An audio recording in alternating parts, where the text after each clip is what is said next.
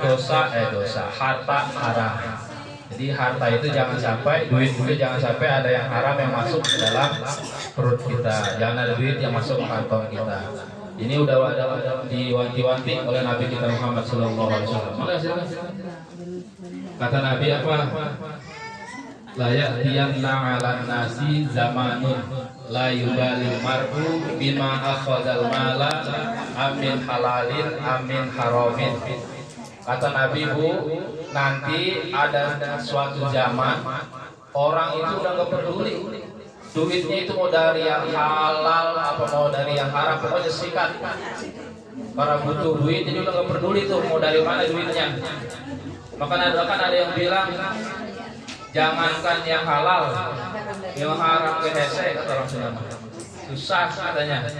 Jangan sampai begitu ya, Bu. Prinsip hidup kita pokoknya sekuat tenaga kita, uang itu harus yang halal. Kenapa? Karena tadi takut nanti di akhirat ditanggung jawab besar, dimintai pertanggungjawabannya. Nah, bagaimana kalau kita memakan uang yang haram itu dampaknya? Dampaknya banyak, Bu. Kalau dosa udah pasti. Dosa mau udah jelas. Karena uang yang kita makan itu nanti akan ada dampaknya, dampak dunia maupun dampak akhirat. Nah, pada sore hari kita bahas satu-satu ya, paling cuma 3 lah sebentar aja. Yang ke satu yaitu ini yang kadang-kadang kita nggak sadar tentang kita biasanya punya keinginan, punya hajat, kita berdoa kepada Allah Subhanahu wa taala supaya dikabul gitu Bu ya.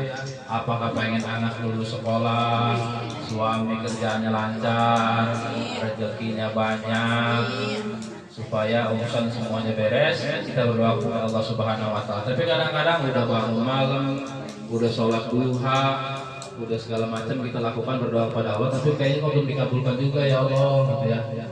Nah mungkin saya tidak menjudge ya, mungkin nah ini ada yang menghalangi doa kita kepada Allah Subhanahu wa taala, Bu. Yaitu ketika kita makan duit yang haram masuk ke dalam perut kita, itu menghalangi doa kita, Bu.